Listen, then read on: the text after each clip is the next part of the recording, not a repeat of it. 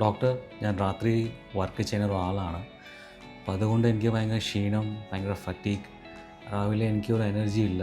അപ്പോൾ ഇതിന് എന്തെങ്കിലും സൊല്യൂഷൻ ഉണ്ടോ? ഡോക്ടർ, ഞാൻ രാവിലെ നേരത്തെ എണീക്കുന്ന ഒരാളാണ്.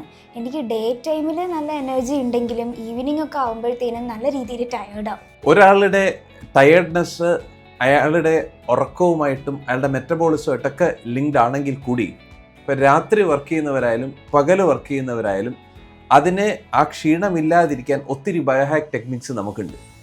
രാത്രി വർക്ക് ചെയ്യുന്ന ആൾക്കാരിൽ ഡീജനറേറ്റീവ് പ്രോസസ്സ് കൂടുതലായിട്ട് കാണാറുണ്ട്. കാരണം അപ്പോൾ രാത്രി മെറ്റബോളിസം പൊതുവേ കുറവാണ്.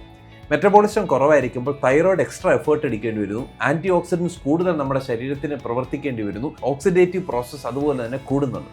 ഇതുകൊണ്ടാണ് നമുക്ക് പലപ്പോഴും രാത്രി വർക്ക് ചെയ്ത് കഴിഞ്ഞാൽ പിറ്റേ ദിവസം ഭയങ്കര ക്ഷീണവും കാര്യങ്ങളും വരുന്നത്. അതിനെ മെയിൻറ്റെയിൻ ചെയ്യാനായി ഇൻഫ്രാറെഡ് തെറാപ്പി, മെഗ്നീഷ്യം പോലുള്ള ന്യൂട്രിയൻസ് എടുക്കുക, ഇങ്ങനെ ഒരുപാട് ബയോഹാക്ക് ടെക്നിക്സ് നമ്മുടെ കയ്യിലുണ്ട്.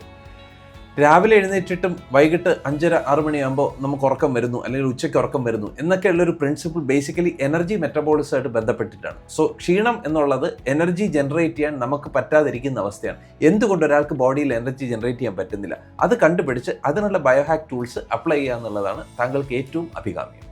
എനർജി മെറ്റബോളിസത്തിന് ഏറ്റവും കറക്റ്റ് ചെയ്യേണ്ടത് ഇൻസുലിൻ റെസിസ്റ്റൻസും തൈറോയ്ഡ് ഡിസ്ഫങ്ഷനുമാണ്. ഇവ രണ്ടും പ്രോപ്പർ ആണെങ്കിൽ ഒരു പരിധിവരെ നമുക്ക് ഒരു സ്റ്റഡി ലൈഫും സ്റ്റഡി എനർജിയും ബാലൻസ് ചെയ്ത് കൊണ്ടുപോകാവുന്നതാണ്.